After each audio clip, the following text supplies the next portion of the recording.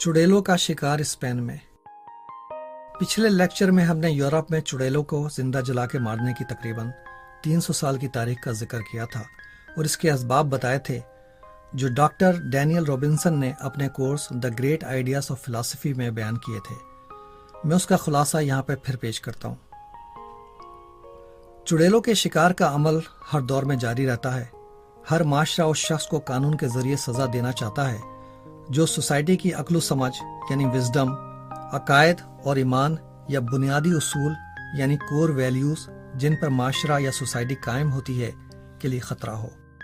अक्सरियत या ताकतवर ग्रुप अपने रूहानी, माली और सियासी मफादात की हिफाजत के लिए हुकूमत और कानून की मदद से जब जब मौका मिलता है अकलियत या कमजोर ग्रुप को कुचलते रहता है। और हर दौर में लोगों को यकीन होता है, खासकर जब उनके अकायद और ईमान की हिफाजत की बात हो, कि वो जिन लोगों को पकड़कर सजा दे रहे हैं वो वाकई मुजरिम हैं और अगर उनको काबू में नहीं किया जाएगा तो लोगों के ईमान को खतरा है और माशरे में इंतशार फैलेगा। जैसा कि एक शिकारी को एक मजबूर, बेबस, कमजोर शिकार का शिकार करके खुशी होती है जिसमें उसको कोई खतरा नहीं होता, इसी तरह इस विच हंटिंग यानी चुड़ैलों के शिकार के अमल में भी लोग बड़े जोश व खरोश से हिस्सा लेते हैं, किसी खतरे के बगैर। अब हम इस लेक्चर में चुड़ैलों का शिकार स्पेन में का जिक्र करेंगे।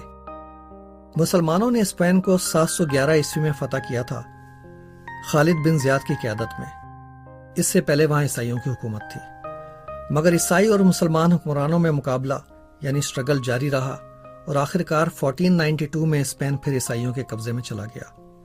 उसको फतह करने वाला बादशाह फर्डिनेंड था, जिसको लोग मोस्ट कैथोलिक क्रिश्चियन किंग यानी कट्टर कैथोलिक क्रिश्चियन बादशाह कहते थे। फर्डिनेंड खुद तो झूठा धोखेबाज था और किसी भी काम से गुरेज नहीं करता था अपनी ताकत को बढ़ाने या कायम रखने के लिए, मगर उसका यकीन था कि उसको खुदा ने पूरे स्पेन और यूरोप और हर जगह ईसाइयत के कैथोलिक फिरके को फैलाने और मुकम्मल तौर पर नाफिज करने की जिम्मेदारी दी है। वो समझता था कि ये उसकी ड्यूटी है कि लोगों को तबलीग यानी परसुएशन के जरिए या फिर ताकत के जरिए कैथोलिक ईसाई बनाए, क्योंकि यही खुदा की ख्वाहिश थी। चर्च का भी शुरू से अकीदा था कि हर जगह मजहब और मजहबी तालीमात सही तरह से नाफिज हों। ये काफी नहीं था कि कोई अपने आप को ईसाई कहे, बल्कि उसकी पूरी जिंदगी ईसाइयत का सही नमूना हो और उसका यकीन और अमल उसी तरह से हो जैसा कि चर्च समझता है। ये तालीम देना चर्च का काम था कि सही ईमान और अमल क्या है। लिहाजा चर्च को यह भी पसंद नहीं था और ये चर्च के लिए खतरे की बात थी अगर लोग खुद बाइबल पढ़ें, क्योंकि इस तरह से ही ज़्यादातर बेयकीन यानी हेरेटिक्स पैदा होते हैं। अपने मकसद को पूरा करने के लिए यानी लोगों को सही ईसाई बनाने के लिए चर्च ने हर जगह जहां जहां उनका कंट्रोल था मजहबी अदालतें कायम की, जिनको इंक्विजिशन कहा जाता था। ईसाई मजहबी लीडर्स यानी पादरी या प्रीस्ट हर शहर और गांव जाते थे और लोगों की शिकायत सुनते थे और लोगों को पकड़कर उन पर मुकदमा चलाते थे।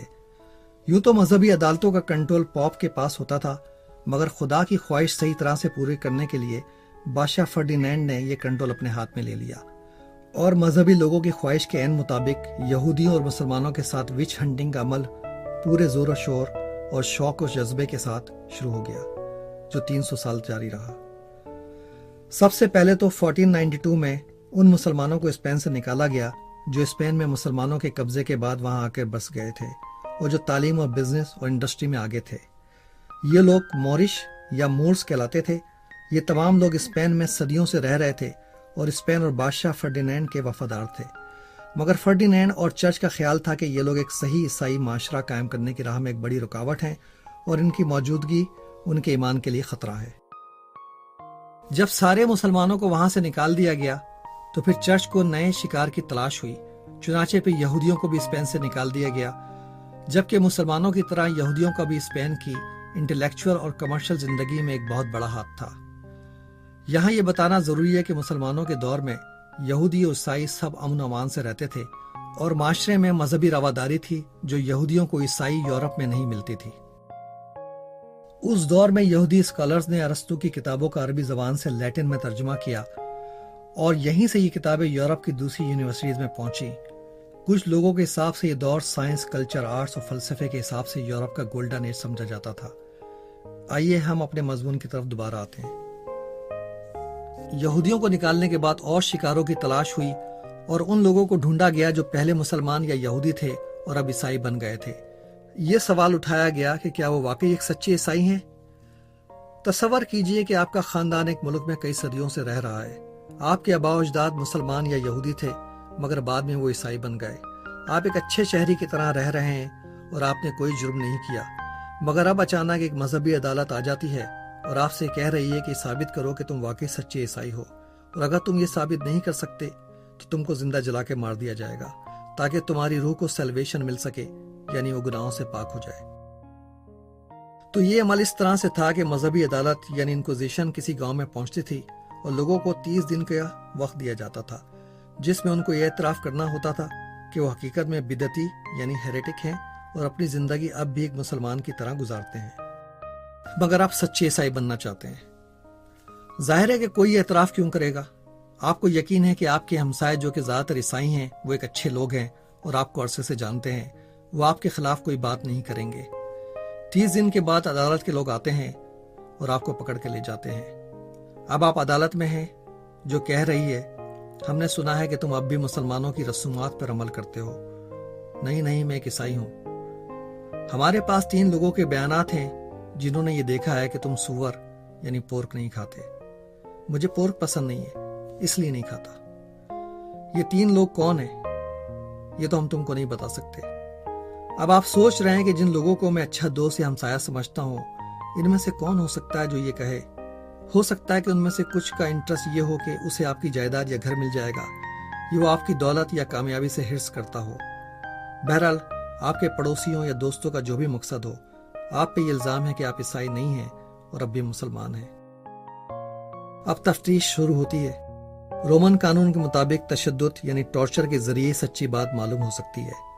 आपको छत से हाथों से बांधकर लटका दिया जाता है जब तक कि आप तकलीफ से बेहाल होकर इकरार न कर लें कि आप वाकई अब भी मुसलमान हैं, या फिर आपके हाथ या पांव को उस वक्त तक मोड़ा जाता है जब तक कि आपका जोड़ ना निकल जाए। आखिरकार आप ये इकरार कर लेते हैं कि आप वाकई एक मुसलमान हैं। मुझे बड़ी खुशी हुई मेरे बेटे कि तुमने ये इकरार कर दिया अपने आप को गुनाह से बचाने के लिए।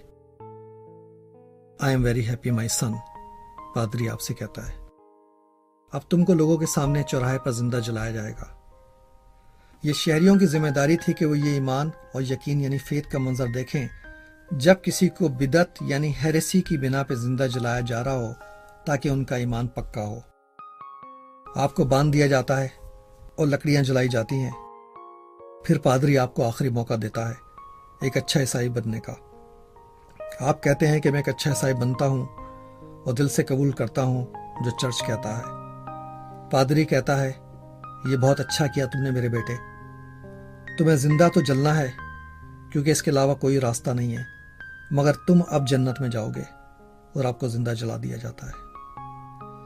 इस तरह मजहबी अदालतों ने पूरे स्पेन में और पूरे यूरोप में चुन चुन कर लोगों को जिन पर उनको हेरेटिक होने का शक था और जिनमें मुसलमान, यहूदी और हर वो शख्स शामिल था जो मजहब या चर्च के बारे में कोई सवाल उठाए, जिंदा जलाकर मारा।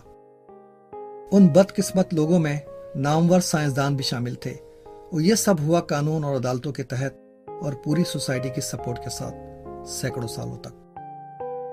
तो हमें तारीख से यही सबक मिलता है कि जब कौमें मजमूई पागलपन का शिकार हों तो उनको पूरा यकीन होता है कि वो गलत हो ही नहीं सकती। डॉक्टर रॉबिन्सन ने अपने course the great ideas of philosophy में एक बड़ी दिलचस्प बात की है। उसने कहा है कि कभी कभी हमें आईने के सामने खड़े होकर यह कहना चाहिए, हो सकता है कि मैं मुकम्मल गलती पर हूं, और इस बात का चांस है कि आप सही कह रहे हैं। यहां यह मालूम होना भी अहम है कि चर्च की मजहबी इंतहा पसंदी यानी इनटॉलरेंस और स्पेन का अगले चंद सौ सालों में क्या हुआ। पढ़े लिखे और ज़हीन और कामयाब बिजनेसमैन मुसलमान और यहूदियों ने दूसरे ममालिक में जाकर उन ममालिक यानी जर्मन, इंग्लैंड, फ्रांस वगैरह को बहुत तरक्की दी। अगले 150 सालों में स्पेन के बादशाहों और चर्च के इस यकीन ने कि खुदा के मिशन को पूरा कर रहे हैं और उनको खुदा की मदद हासिल है, कामयाबी दर कामयाबी से नवाजा, और स्पेन एक सुपर पावर बन गया, दुनिया की सबसे बड़ी हुकूमत और ताकत। मगर इतनी बड़ी हुकूमत को कायम रखने के लिए उसको एक बड़ी फौज भी पालनी पड़ रही थी। चुनांचे आखिरकार जंग व जदल की आदत और मुस्तकिल लड़ाइयों ने, जिनका मकसद कैथोलिक ईसाई मजहब फैलाने के साथ साथ दूसरों के वसाइल पे कब्जा करना भी था, उस पर भी जवाल लाया और वो यूरोप का एक आम सा मुल्क बन के रह गया जो वो अब तक है। वाज़ा रहे कि स्पेन के बादशाह का मकसद कैथोलिक फिरके को पूरी दुनिया में नाफिज करना था। उसके लिए उसने इंग्लैंड और यूरोप के दूसरे मुल्कों पर भी हमले किए जहां प्रोटेस्टेंट फिरका नाफिज था, और आखिरकार इंग्लैंड के हाथों शिकस्त खाने के बाद ही स्पेन का जवाल शुरू हुआ। अब देखते हैं कि चर्च की हुकूमत और उरूज के साथ क्या हुआ। चर्च की मजहबी इंतहा पसंदी ने पहले उन लोगों को कत्ल किया जो ईसाई नहीं थे, यानी मुसलमान और यहूदी, और फिर उन लोगों को जो ईसाई तो थे मगर सही ईसाई नहीं थे। उसके बाद उनमें और फिरके बन गए जिन्होंने 100 साल तक एक दूसरे को कत्ल किया, यहाँ तक कि 3 से 11 मिलियन लोग मारे गए और यूरोप का एक बड़ा हिस्सा तबाह हो गया, सिर्फ इस बात के लिए कि सच्चा ईसाई कौन है। आखिर यूरोप के लोगों ने तंग आकर चर्च और उसके कवानीन को हुकूमत से अलग कर दिया और एक सेकुलर और मजहबी रवादारी के दौर की शुरुआत हुई। ये उसी वक्त मुमकिन हुआ जब लोगों ने चर्च की अंधी तकलीद करना छोड़ी और इनके जहनों से चर्च की हुक्मरानी खत्म हुई। आज भी ईसाई दुनिया का सबसे बड़ा मजहब है, मगर मजहबी इंतहा पसंदी के बगैर। मजहबी इंतहा पसंदी की टोपी को उतारने में यूरोप और चर्च को 500 साल से ज्यादा का अरसा लगा है। जब पाकिस्तान बना तो हमारे मुल्लाओं को मौका मिल गया कि वो ये टोपी पाकिस्तान को पहना दें।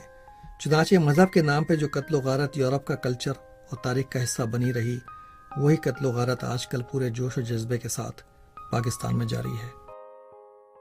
अगले लेक्चर में हम चुड़ैलों का शिकार यूनान में का जिक्र करेंगे और तकरीबन 2400 साल पहले जाकर देखेंगे कि किस तरह लोगों ने दुनिया के सबसे बड़े फलसफी को जहर का प्याला पीकर मरने की सजा दी थी, क्योंकि उनके ख्याल में वो इनके देवताओं को नहीं मानता था और नौजवानों को गुमराह कर रहा था। उस अजीम फलसफी का नाम सुकरात है। आपका शुक्रिया सुनने का।